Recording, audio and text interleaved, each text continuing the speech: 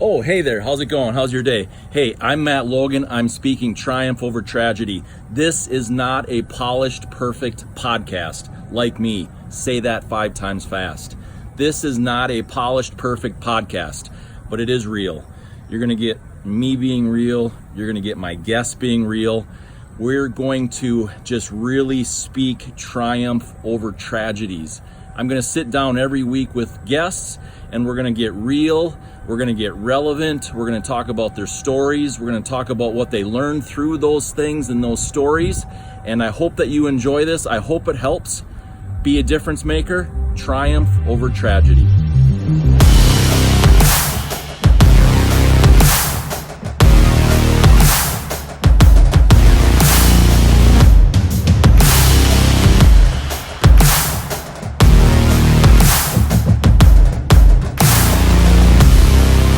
Hello, Sherry Irvin. Hello. How are you today? I'm doing well, thank you. Awesome, excellent. Coffee okay? Perfect. All right, good. We were talking about coffee a little bit ago, and I didn't know that you loved coffee that much. and I, in fact, had the same brand that you usually have. It's not quite the same. It's the same brand, but it's different, like, flavor. So, but hopefully it's all right. It is wonderful. Yeah, good. Well, you have had some interesting things happen in your life. Yeah. And the reason that I wanted to sit down with you today was you are a blogger, which is very fun and interesting. And I'm a speaker and not much of a writer, right? Right. So I appreciate what that takes and things like that. But you're also in recovery. Yes. And that's why we're here today, because we are taking and triumphing over tragedy, right? It's about triumph over tragedy. It's about taking the steps in the right direction. And so, you know, that's what this is about. It's living life after things have happened to us, or maybe perhaps we've made choices that aren't the best choices, but we can recover from them. So thanks for being here today. Thank you for having me. What do you think of the weather? I like it. It's I like it a lot. Two weeks in Minnesota where we're at. Summer it's like has gone perfect. away. Yeah. Summer has gone away. So that's cool. Yes, I like it. So tell us what you do. I work with developmental disabilities. I work the night shift. And basically I kind of go, it's a group home setting, so I go into their home and I just kind of make sure that they're okay. I do have a client that has a seizure disorder, so I have to make sure that if she indeed has an episode, that I'm able to pull her out of it. Yeah. So that's kind of why I work the night shift. So it's like service. You're like providing a service. That's important work that you do then. So thanks for doing that. Thanks. Yeah. Not everybody can do it. You do deal with behaviors. You do deal with, a lot of them have the mentality of, 5-year-olds, 6-year-olds. It's not everybody can do it, but it is the most rewarding job I've ever had. I can be having a really crappy day and I walk in and, to see the smiles on their face when I walk in, oh, you're coming back, because when I'm off for 5 days, they think I've quit. Oh, every week. Yeah. And so that's when so I cool, come, then. so when I come in, they're like, oh, you're back, Yeah. And I instantly feel so much better about what I've done. And I think that's what's kept me there for almost 11 years. Wow, that's great. Yeah. What recovery? So, there's a lot of different, that means a lot of different things for different people. What's your vice? Well, first of all, you need to know what my addiction is. Yeah. My addiction is to alcohol. What recovery means to me is that it means that I have not had a mind or mood altering drug in my body since December 17th of 2011. Recovery to me means that I am now a productive citizen. I get to pay my bills. I can vote. I can do all of those things. I'm a good mom. I'm a great employee. That's what addiction and recovery mean to me. Yeah. I'm coming back from a spot where it was a really, really bad, dark time in my life. Once again, taking that tragedy and turning it into triumph. And and I think that I'm here to say that, or to prove that we do recover. Yeah. Good. So, good. Yeah. You mentioned voting in there. So that's something that you can't do when there's moments of, or is that a felony thing? Well, it's a felony thing. It kind of depends on, how far you're, I always explain it. Basically, it kind of tells you how far down the rabbit hole you've gone. Yeah. Obviously, if you're a felon, there's a lot of things that you are no longer able to do. For men and women, if you hunt, you're no longer able to have guns. Sure. So there's a lot of, there's a lot of consequences, when you are a felon, to have things that we take for granted, like getting an apartment. Sure. A lot of people will not let you rent. Sure. There's all kinds of repercussions for that. So, for the choice that you made, being able to vote, pretty darn important. So are you into politics? Not so much. I do have my political standings. I do have my views. But I don't. I think that is kind of like, it's kind of a taboo subject, I think, because... In what sense? Taboo in your world, or... well, not taboo in my world, just taboo in general, because, I've seen... Are you saying that you don't want to have a political conversation with me? Is that a politically correct way of saying you don't want to have a political... Pretty much, yeah. It's kind of like, I believe that it's kind of like politics is like religion. Okay. I don't think that... I've seen some people have some really good friendships, and they've been destroyed over how ridiculous views. Is that? And I just have never, I'm one of them type of people that I get along with everybody. I mean, I can make friends with a paper bag pretty much. So there's just certain things for myself that I just don't feel need to be in that conversation, because like I said, it's destroyed friendships. In your life, or you've seen it? I've seen it firsthand. And you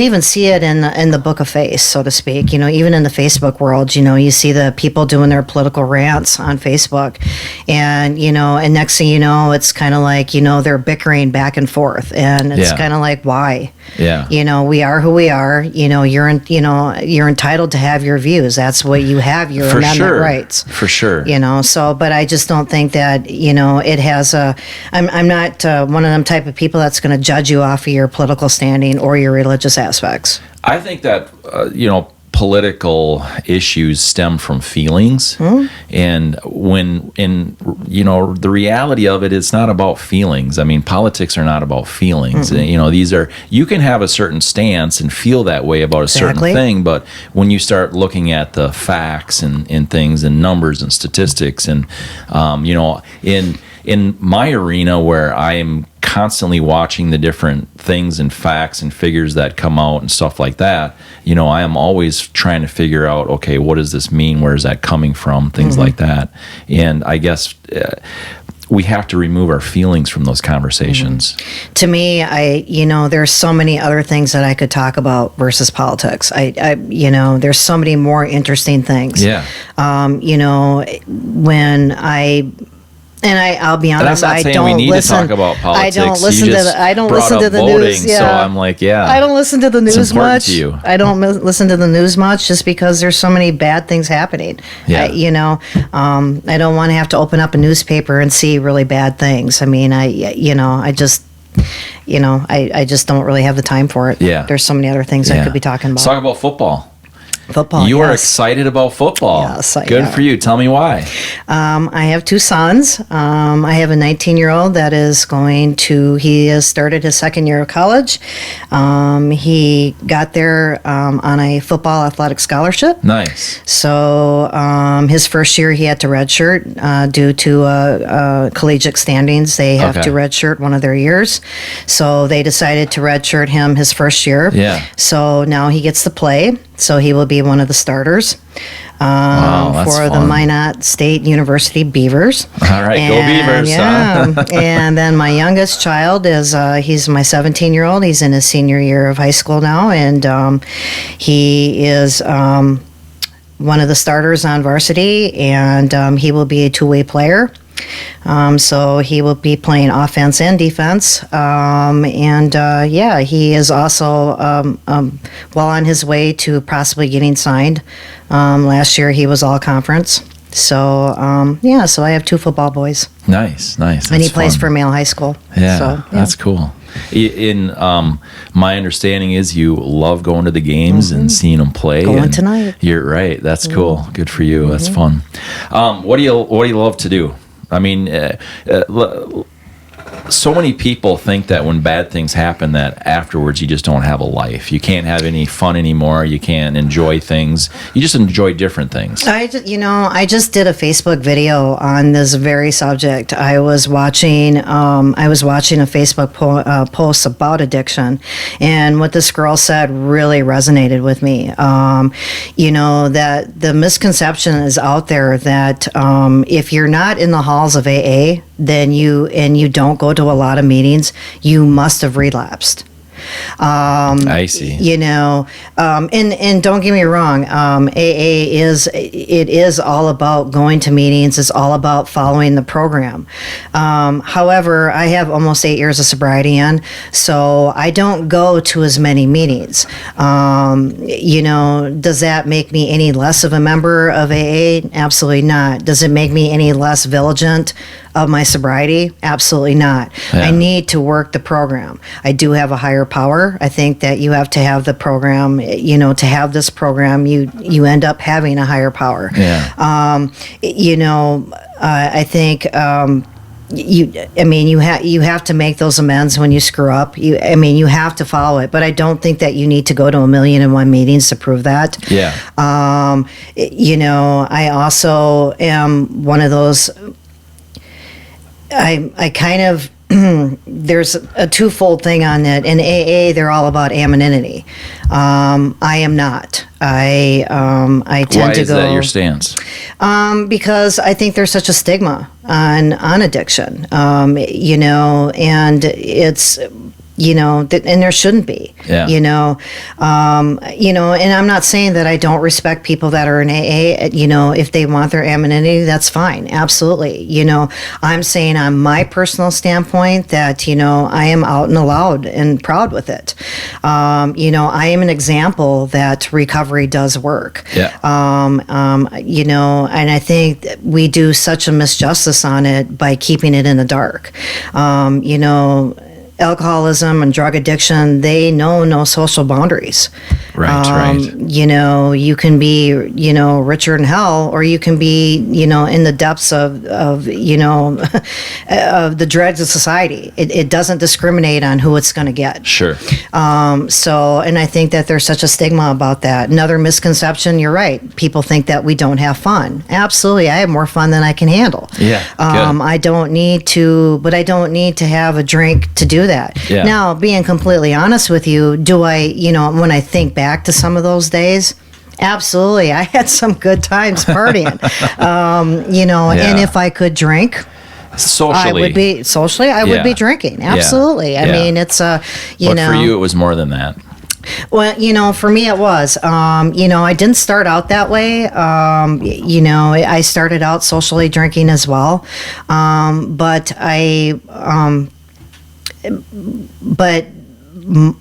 My thing is that I never dealt with the baggage from my past. Okay. And it kind of caught up to me, and I always thought that Do you want to talk about that? Yeah, I could. I'm not embarrassed of it anymore. I'm not a victim anymore. I'm a survivor. But I was sexually abused growing up. Okay. And I thought in the back of my mind, well, let's just stepping back, growing up for me was really hard. I was adopted. I was adopted when I was a day old. I was a brokered deal.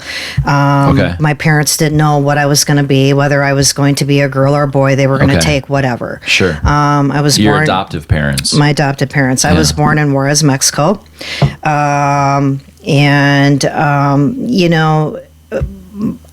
Growing up was not it. Growing up was less than ideal. So you grew up down there? Nope. I was adopted down there, and my parents brought me back here. Okay. And at that time, I was kind of a big deal back then. I have a stack of Pulse Bolton articles about me because at the time... and you're a big deal now. What do you mean back then? I was helping a lot of people. Well, at the time, there was a law against, American citizens adopting Mexican children. Okay. So there was a big law about that. So it took Hubert Humphrey and Al Quee to break my red tape to get me into this country. Wow. So in the meantime, because I was Who's Hubert Humphrey? One of our great congressmen and senators for the Minnesota or whatever. Yeah. But I'm kidding. But I mean, it took a lot. I was stuck in Juarez for quite a while with my dad. My mom was back here with my brother. I have an older brother, and they wouldn't let me have entrance into the States. Okay. So I was super, super sick, and my mom and dad my adopted parents were really worried that, I wasn't going to live. So they actually smuggled me back here illegally. Wow. And at that time, there was Do I need to call anybody? Are we okay here right now? I'm good now. So they smuggled me back illegally, and one of the well-known pediatric doctors in town, that was through Olmsted Medical, which many people might remember him, was Dr. Pila. Okay. And he made a house call. And what he did was actually what saved my life was rotten bananas. I had a parasite going through my body. Wow. And the penicillin was enough to get it going. And so I could start to get well again. But in the meantime, INS got wind of it, that they thought they smuggled me back here. So my parents at that time lived in a Rambler type style house. So my dad had set out a box outside the bathroom so that when they came in, the way the house was set up, no one was seen. So my mom and dad were really vigilant on This is like a movie. It is. It really is. So when INS came to the house to interview my mom, they had to live where, it didn't look like I was even around. Yeah. But with having my brother there, sure. the toys could be out and whatever. But, I'm just a little baby. Yeah. Okay. Yeah. So my dad got wind that they were at the front door, so he took me, slipped me into this box. My mom talked them, nope, she's not here. You can come search the house. They did. I was so sick that I didn't cry. So energy. There was no energy, so I didn't cry. So here I'm outside bundled. So then once they left, Wow. my mom and dad scraped up enough money, and my dad drove me to Des Moines, Iowa. And then from Des Moines, Iowa, then my dad got on a plane with me and snuck me back into Juarez again, and then I had to stay there until my tape was actually broke. And then this is why I love not knowing stories about some of the guests that I have here. This is wild. Exciting. Yeah, wow, that's pretty wild. I know that you've told it over and over and over again, but for people listening and for myself, this is exciting stuff. And what a story! Yeah. That's great.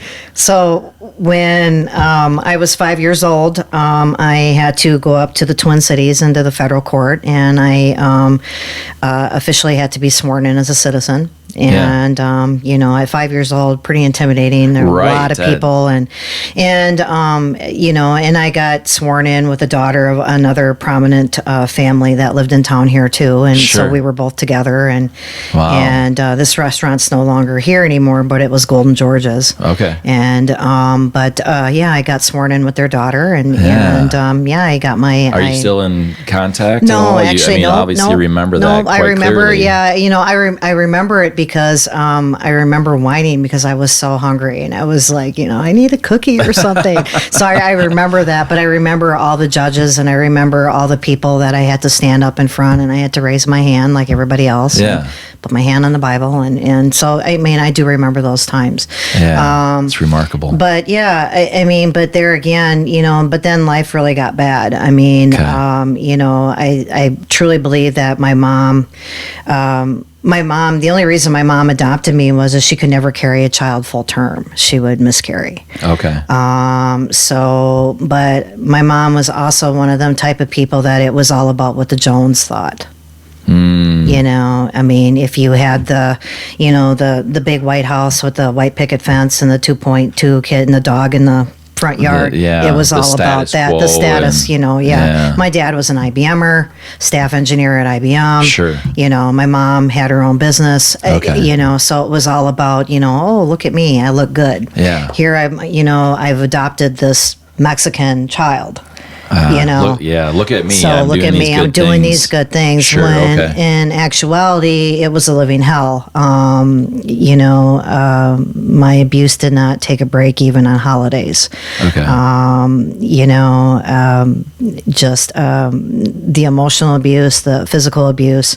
So I learned how to escape right away. I would escape into my closet, and I would set up my, I had, my stuffed animals or whatever, and I would set them up or whatever, and I used reading. I'm an avid reader, so I would use reading. And who's your favorite author?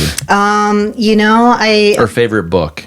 Favorite book, I would have to be Robinson Crusoe, The Count of Monte Cristo.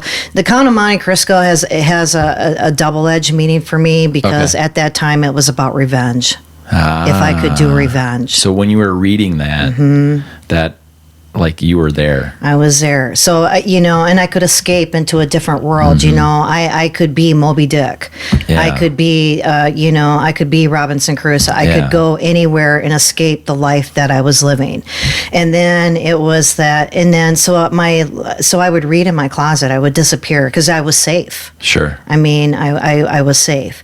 And my parents were one of them type of, more so my mom, if you weren't seen or heard, you were out of the line of fire. Okay. I grew up with living on eggshells. Sure. Pretty much. In fact, I use this quote all the time. I don't know if you've ever seen that, the Julia Roberts movie, where the runaway bride, she doesn't know if she likes scrambled eggs or fried. And that's I vaguely remember that. I'm a big movie person, and I've seen it. So. And that's kind of how my life was. I had to adjust my mood to what their mood was going to be. Like reading the situation absolutely. I had to be a chameleon. I had to be able to change on a dime. Yeah. If she was in a bad mood, I knew I needed to get the hell out of the fire. Yeah. So I would escape. And then along with that escape with reading, I became a writer.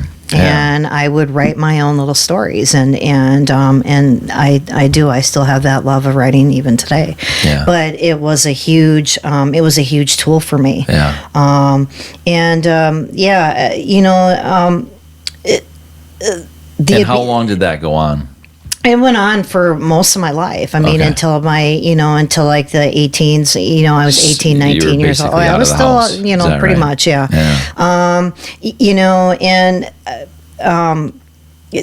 I could handle, basically, I could handle the physical abuse. Okay.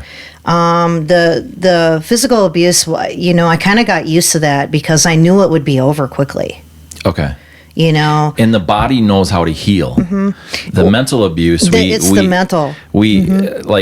We don't know how to heal mentally in most cases. I was told my whole life, the body just heals, right? You have to work at it. And it took a long time. And I'm still working on that. I grew up with being told that, you're ugly, you're fat, you're never going to attract anybody, you're never going to get a man, you're never going to, I got told all of those things daily growing up. And that perpetuates everything. Oh, absolutely. It perpetuates, obviously, self-image. Oh, it perpetuates, weight, no doubt. I mean, people that I've been involved with, that's what they experience. If you're told that, you become that. Yeah. So, for me, that, being, and I was, I was an embarrassment to my mom because I was not a thin girl, and I remember school shopping was the worst. Going for school shopping was the worst. If I didn't fit into a certain size clothing, oh my God, it was hell. That's the whole Joneses thing again, isn't it? Oh yeah, it was absolute hell. Sure. And I remember at 10 years old, my mom put me into Weight Watchers. I was actually the youngest person in Weight Watchers at that time. Wow. I mean, it was that bad. My mom would buy one set of food for me and would buy one set of food for everybody else. Really? Oh yeah. I mean, and it was, and it was tough, and like I said, I mean, my mom put a cigarette out on me. I still have the mark even today. Those things were bearable to me. Yeah. It was the emotional part. And one of the things that I have a hard time handling even today, it absolutely, don't ignore me. If I'm ignored, that is like one of the worst, because I would go days before somebody would talk to me. Okay. I mean, being ignored or not getting back to me somewhat in a timely. Yeah. So that would be advice right there. Like exactly. Yes. and not just for yourself, I mean, right? Yeah. But just for people in general, just respond. Yeah, just to respond, But then, and like I said, and let me say, I'll just there are so many people, and it drives me insane, they don't respond.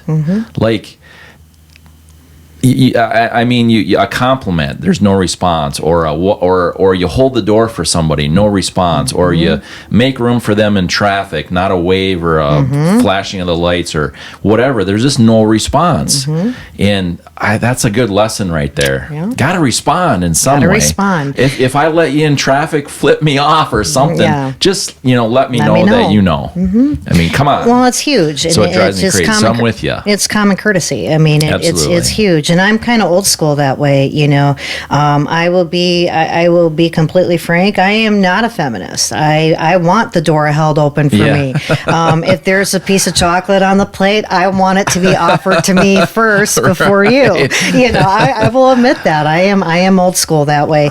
And getting back to the abuse part, I could handle all that. The sexual abuse was hard too. And that was from your dad? Nope, that was with an uncle. Okay. And I think the hardest thing for me is that, it went on for so long, and I was threatened a lot. Don't you dare say anything. I'll do this to you. Yeah. And then when I finally did get the courage to tell my mom, she didn't believe me. Was it her brother? It was her dad's. It was a great uncle, yeah. Okay. So, and that was hard, not being believed. So it wasn't that she didn't believe you, simply. It wasn't like I believe you, but shut your mouth. It was I just don't believe you. No, I think it was I shut your mouth. Okay. So she knew it probably was happening. Just don't say anything. And then it was, kind of like, how dare you talk about my family that way? We took you in, blah blah blah. So that was really hard for me. So at what? Do you remember what age that started? I believe. About from 8 to about 14. Okay. So, and I just want to circle back to, and what's going on in my mind right now is this: you've been at your job for 11 years. You said, right? I'm pulling that out Almost, of memory. Yep. So about 11 years. Okay. So many people use these things that you're already up to this point of your life that you could essentially use that as the victim, but you call yourself a survivor, and that's phenomenal. But I just want to pause for a second and just remind people who are listening that this is when you have a job for this many years and you've had these kind of issues, it is extremely uncommon.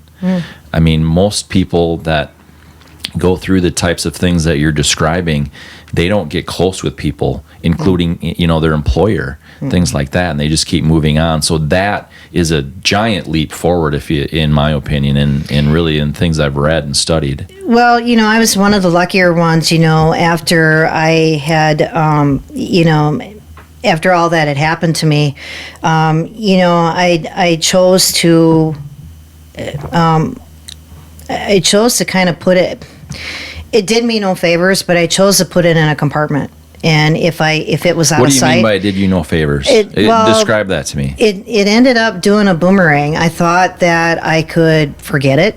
Okay. If it was out of sight, it was out of mind. Okay.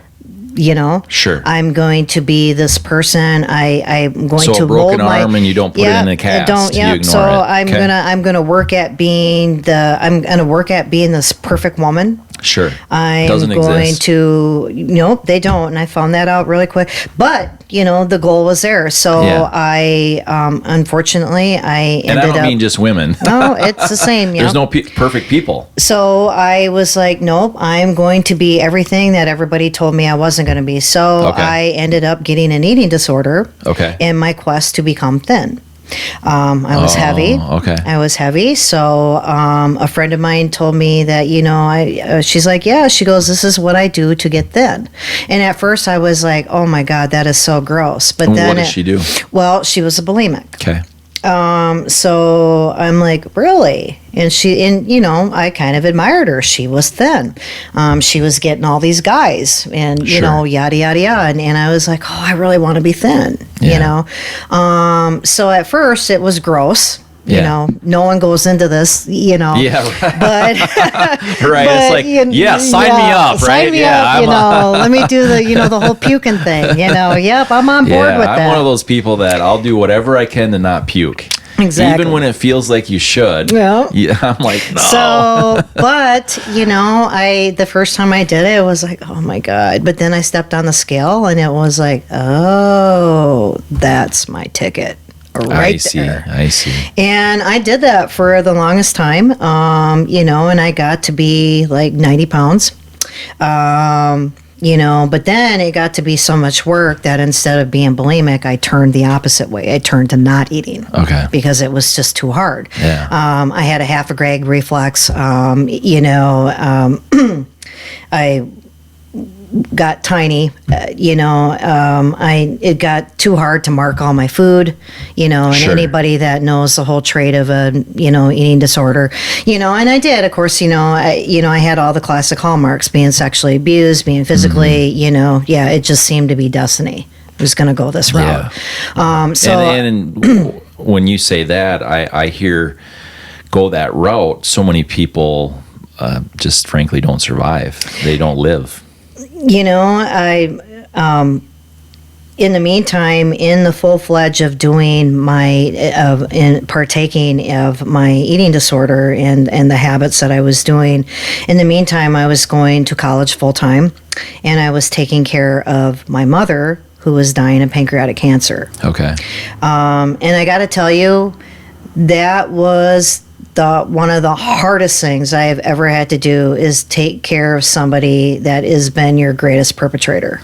Yeah. That's ultimate forgiveness there. My mom was 56 years old when she died of pancreatic cancer. She got diagnosed went into the hospital on October 12th and was dead by December 7th. So in the meantime, we did end up getting hospice in. But in the meantime, I learned how to be a CNA really quickly. Sure. I learned how to change my mom's bed with my mom in the bed, and I did all those things. Had crammed all my college classes in from 7 o'clock in the morning until 11 o'clock. And then came home and took care of her. My dad was still working at IBM at the time, trying to get out of IBM to retire, hoping he'd have a little more time to be with her. Yeah. Did not work out that way. But it was I was going for my law enforcement degree at the time. I do have a law enforcement degree. And I give up. Yeah, Wasn't me. I do have a degree, so yeah, it was really hard to take care of somebody that abused you for so long. For sure. I do have to say though, my mom did try to make it right. It was the day before she slipped into a coma. She kind of whispered to me, she's like, "I'm really sorry. I was not a good mom to you. Yeah. And I'm sorry." Well, of course, when somebody's dying, what are you going to do? Yeah. But for you to be there to take care of her, there was some level of forgiveness. Had to be. At that age, you had some choices. And it might not have been good choices, but we have choices. And you still did it. Explain that to me. Well, I think like any kid, or anybody, you're still always searching for that approval. Okay. You're always searching to be loved. Yeah. And you're always wanting them to, you're going to strive for any crumb of affection that you can get. Yeah. And I'm no different. What I was age were you at that time? When my mom, I was actually, I was 24. Okay. And I was still seeking her approval. I was still hoping that she would love me. Yeah. And my dad, my dad was really a unique individual. My dad was a full-blown German with a touch of Pennsylvania Dutch. So my dad was, hardcore, just, he didn't talk a lot, but when he did talk, he was kind of like E.F. Hutton. Everybody listened, but he didn't talk a lot. Yeah. And my dad was honest to a fault. Okay. I mean, he was honest to a fault. In fact, he was so honest, it was painful. It was absolutely painful. Sure. And my mom was in a coma, and we were sitting at the table, and we were, my dad was a big tea drinker, and we were drinking tea or whatever, and my dad just kind of came out with it. He's like, "I got to tell you, your mom did not love you." Wow. And of course, me being, well, no shit, Sherlock. Yeah, right. Really, this is not news to me. No, this is. So I have a lot of questions, Sure. but the first question is, to me, what that says right now is he didn't really know all the other stuff that was going on, or did he? If he's going to be that honest and say, your mom didn't love you, never did, did he know? He did know. And I remember, and this was a day that we had, it was kind of the coming to Jesus type speech. Sure. I had actually found my voice with him. Sure. And we were sitting there, and after, his revelation that no, she did not love you, and me going, really? And he's like, yeah. And I said, and I had to ask him. I said, I realize that, but I'm like, you know what? Where were you? You were supposed to be my protector. Now, are you thinking this at the moment? No, I told him. You told him, okay. And I'm like, you weren't there for me. Yeah. You should have protected me. You knew exactly what she was doing to me. Yeah. And his response was, he's like, I know that you're not going to like this. And he's like, maybe down the road you may, it's not going to make any sense to you now, but maybe down the road it will. But he's like, I married your mother for better or for worse. And I said, yeah, you married her for better or for worse, but at the expense of me. Sure. And it took a really long time to realize that, even though my dad knew what was going on, even though I loved my dad, but, to realize that my dad actually had cracks in his foundation was hard. Really? It was really hard because I idolized my dad. Yeah, okay. My worst abuses, they came from my mom. Now, granted, I had quite a few from my dad, Sure. As far as, the beating wise, Okay. but, not the emotional or the mental so much. Yeah. Just because I didn't see a whole lot of my dad. Yeah. So my dad I still had this facade about my dad. Yeah. Yeah, that makes sense. So yeah. Wow. So a lot of things just really came So apart. in the course of having that conversation, then my dad finally came. He went into the other room, and then he gave me the articles he finally gave them to me. He's like, I think you're old enough that you can have these now. Wow. So you really didn't know the depth of it. I did not know the depth of it until he gave me the stack of articles. He gave me my passport. He gave me the names of my biological parents. Okay. Told me what happened to them. And that was all I knew. What happened to them? I was told by him that they had died. I was told that I had other siblings, and which one of them was being sold into prostitution because, in Mexico there was no money. Right. I mean, that's how they made money. Yeah. Now I have been told, many different aspects that, yep, you should be grateful that you were adopted because you would be dead.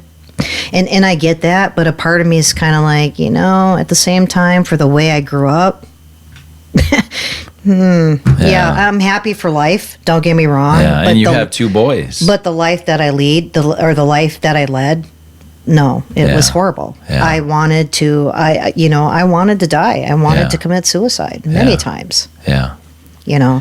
However, I'm a little bit more. Like when you got older, you wanted to, or during those times? During my growing up years, I mean, I went to a Lutheran school, went to a parochial school. Yeah. I'm the only darker one there. Sure. I'm, and at that time, my parents had told me that I was Mexican Italian. Okay. So and you're not? and I'm not. I'm not Born in Mexico, I'm not. and you didn't have Mexican parents. Well, Explain apparently, that to me. apparently not. So for years and years, I had gone through, believing that I was one thing and finding out that I wasn't. And a really good friend of mine did the 23andMe kit. Okay. And he got his results back, and he brought his sister here. She lives in Kodiak, Alaska, and she came to meet her brother for the first time. Wow. And we all got invited, and I met his sister, and I hit it off with his sister right off the bat. We had a lot in common. I had a lot of questions after she left. I had a lot of questions from my friend, and he was most helpful on answering all those questions. And then finally, after weeks and weeks of procrastinating, I finally did the test. I finally got my test results, and they were absolutely nothing of what I was stunned. I was absolutely stunned.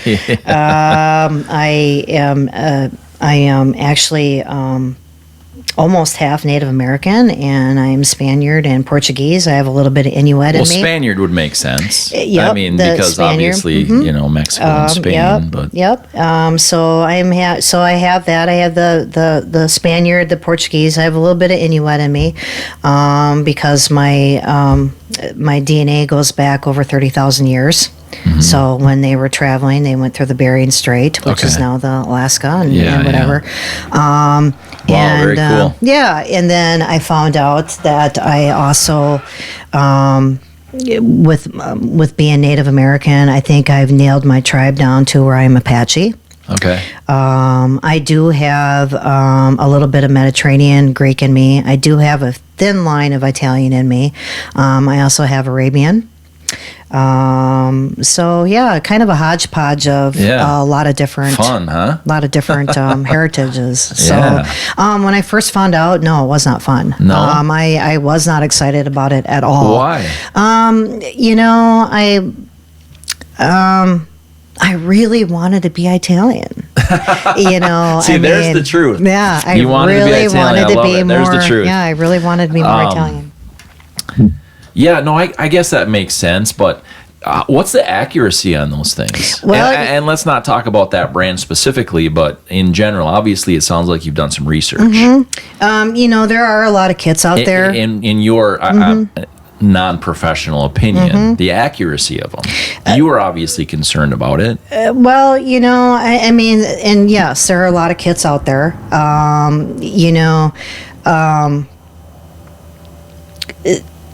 The only thing that I had the one thing that I had in my favor was the fact that I had a name. I actually had the names. Okay. So, in most of these DNA kits, especially using 23andMe or the Ancestry or any of them, they do the maternal hap groups versus the paternal.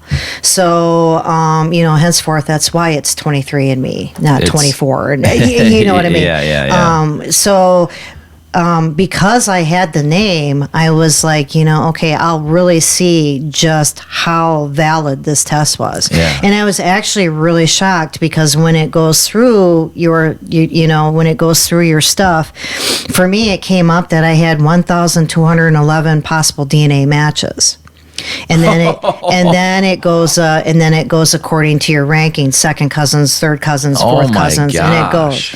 So I went into the first cousin, which is my cousin Robert, who I'm going to be traveling to go see here very soon. He was the first one. Well, he had put all his information in there. We shared our test results, and sure enough, my mother's name was in the surnames. Oh, is that right? So my real name would have been Cheryl Lynn Romo Cervantes Gutierrez. And his mom was a Cervantes. Okay. And her name is in there. Is it? Yeah. Wow. So that's why I knew that the test was valid. Yeah. Okay. That's cool. And I'm going to take it even further. I am actually going to go to the Mormon temple. They're huge on their whole genealogy and stuff. Yeah. Because with being Native American, I am entitled to, if I can prove that my family's on the dole, so to speak, in the books, Sure. I am entitled to compensation, for money-wise. I see. And they do back pay you and all that. And so, but a part of me is a little torn on that just because it's not about getting the money. Yeah. I'm starting to embrace the fact that I am Native American. Yeah. I've always had a pull towards Native life. I've been to Pine Ridge twice. Anytime I've been to Wounded Knee a couple of times, and Wounded Knee just gets me. Yeah. I love the Black Hills. Sure. I've met with the medicine men. I've done ceremonies with them. Interesting. I've done sweat lodges. I've done all that, and I've always had that Native vibe. And now I know why. I think I feel another podcast coming on. We can talk about just that in general. Let's talk about your addiction. Sure. Where did we've talked about the abuse on multiple levels. Obviously, your food is a result of that. You feel, obviously, I'm assuming the addiction, same kind of. These things led into the addiction. Yeah, and an eating disorder is the same as an addiction. You're never going to be free of it. Yeah. You're never going to be free of it. Yeah. As far as me, for my addiction, So it was alcohol, you said earlier. Yes. Alcohol, wine was my drug of choice. Okay. I was a huge wine drinker. Yeah.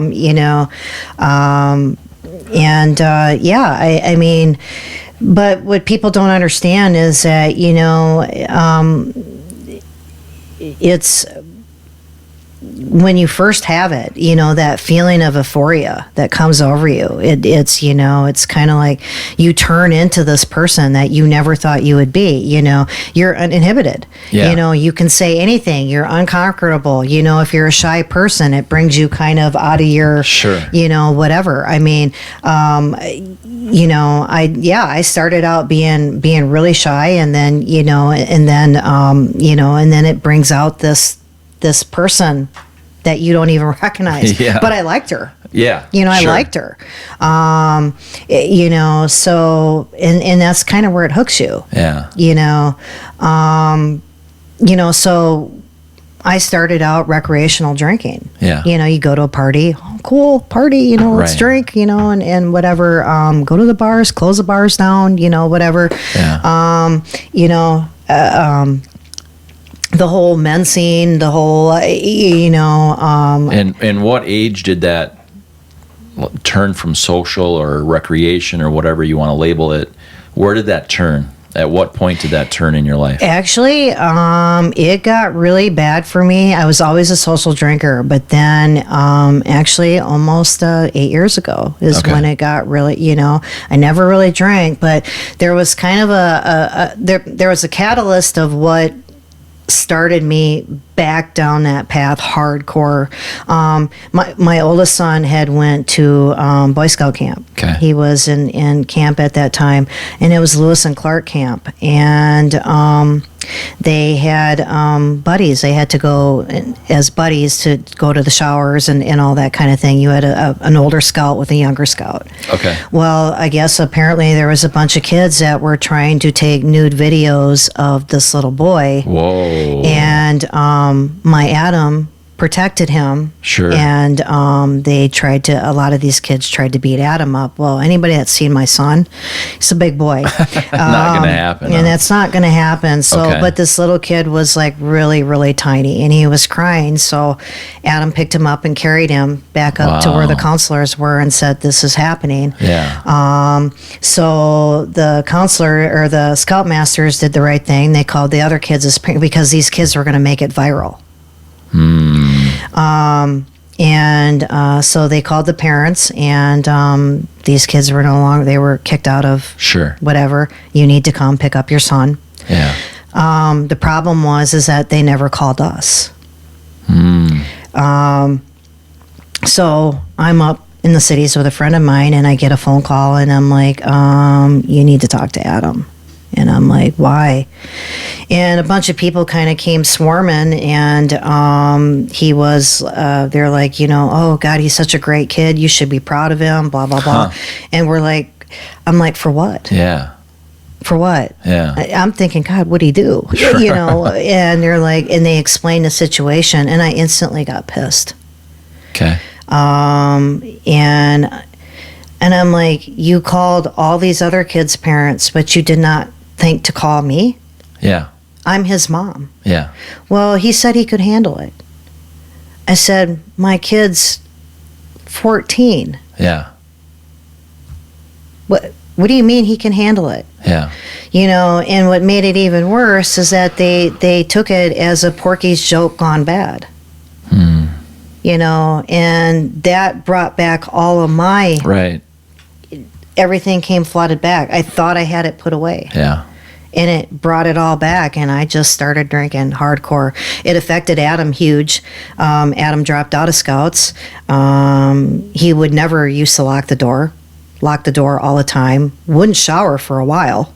Really? Oh, yeah. So it really affected him. Yeah. So, and which in turn, as a mom, I felt helpless. But I never dealt with the baggage of my past. Sure. So it all kind of came flooding back, and it was like, oh, I know how to get rid of this pain. I'm just gonna drink. Yeah. Tell me at what point then you changed that to recovery. What was your aha? What was your I'm in that place? My bottom. My bottom was just shortly before. So December 17th was my. December 17th was my bottom. I was in so much pain. I did not want to live anymore. I kept flashbacking. Everything was just, everything was flooding at me. Certain smells, certain sounds, certain, bring back a lot of the PST. I mean, everything was just coming back. Mm-hmm. I was drinking more and more. I just wanted to be drunk all the time. I wanted to drink till I passed out. Because if I passed out, I didn't feel anything. Yeah. If I didn't feel anything, I didn't have to deal with it. Yeah. Unfortunately, we all know that, alcoholism is but a symptom of the problem that's at hand. If you don't take care of the problem, it's, Yeah. So now, let me ask you a question right now.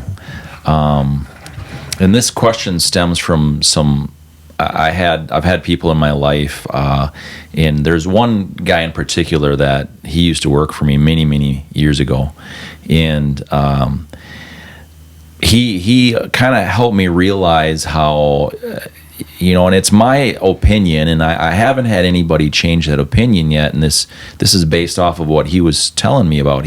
Same deal, alcohol. And he said it's not a disease, but what it is it basically, I can't remember his words. We try to cover up that disease with those things, like a mental health issue, or we cover them up with the abuse, use alcohol to cover up the abuse. That is essentially the disease. What's your perspective on that? See, and I don't... And I guess it depends upon what you define a disease, right? Well, the nice thing about there are so many different views on that. What I'm saying is too, you didn't go right to alcoholism for me was a disease. You didn't go there. Mm-hmm. You said that it covered up your problems, mm-hmm. right? Mm-hmm. So help me understand that. Well, and that's just it. I mean, now according to the medical doctors and all that, alcoholism is noted as a disease. Well, right, and I guess it depends upon how you define it. And I'm just saying his perspective.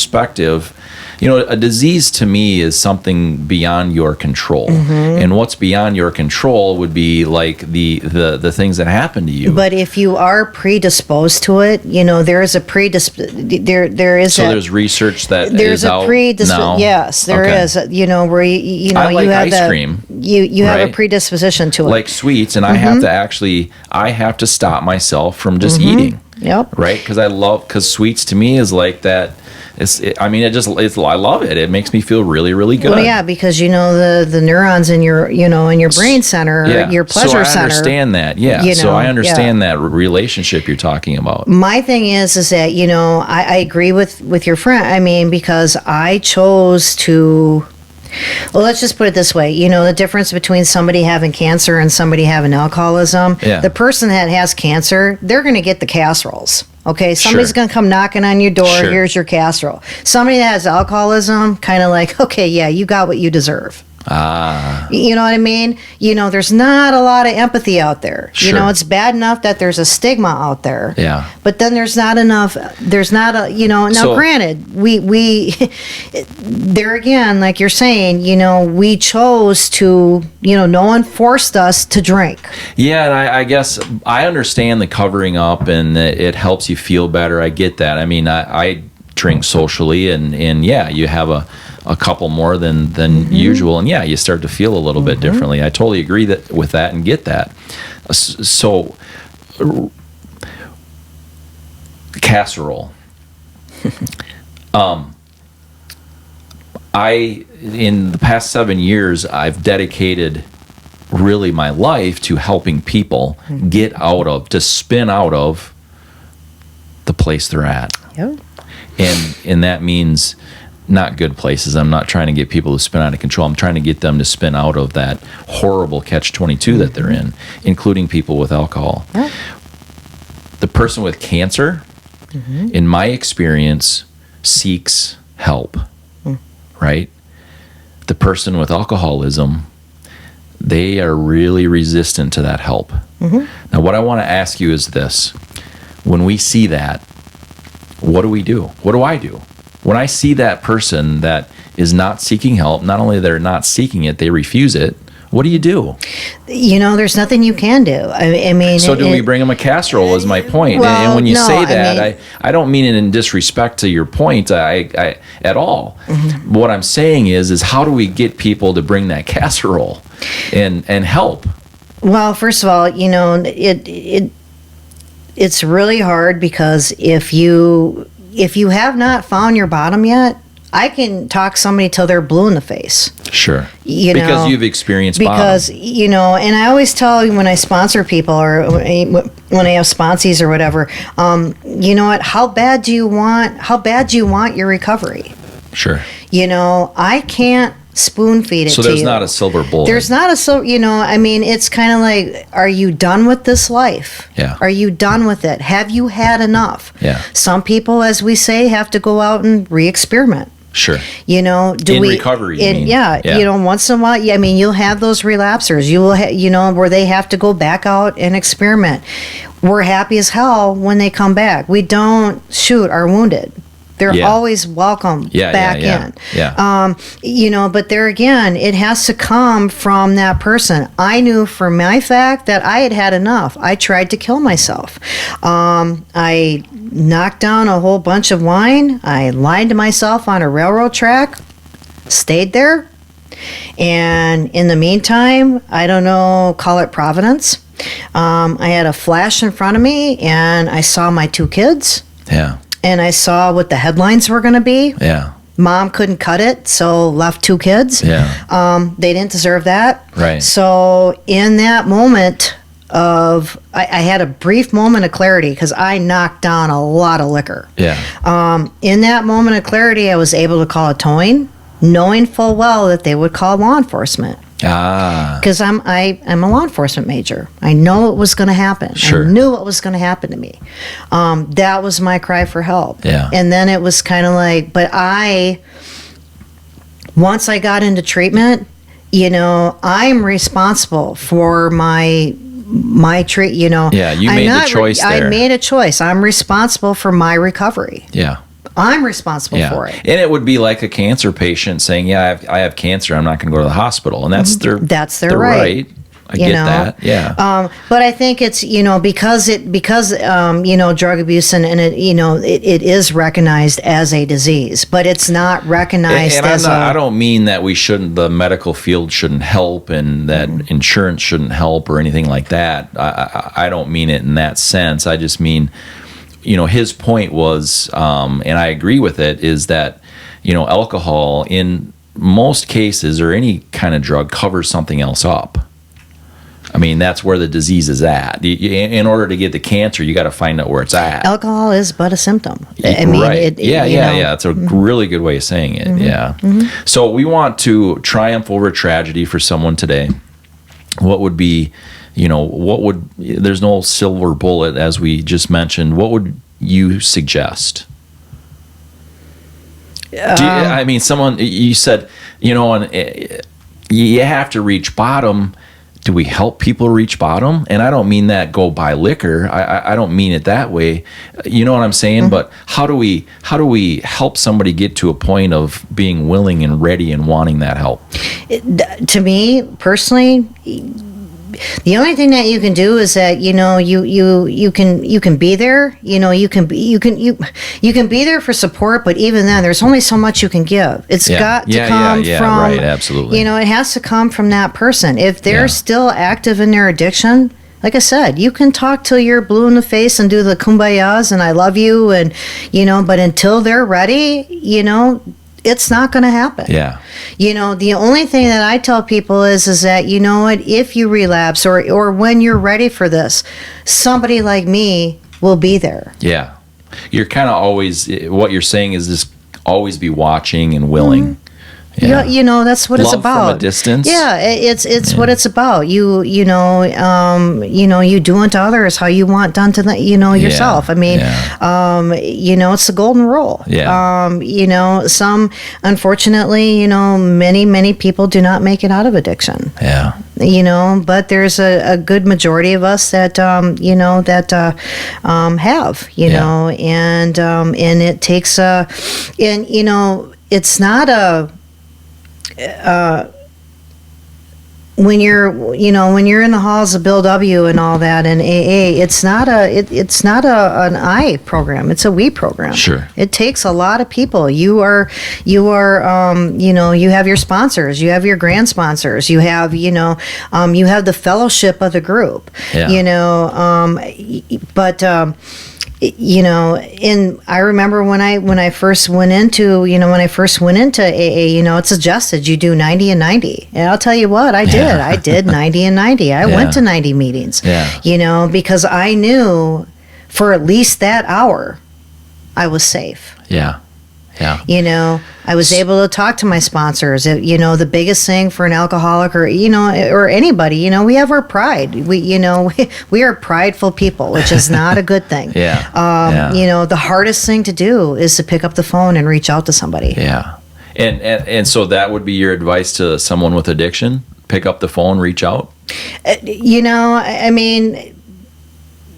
To be honest with you, I really don't have any sound, concrete advice because everybody is different. So different. Everybody is So different. Mm-hmm. You know, I think for me though, the bottom line is once you find your bottom.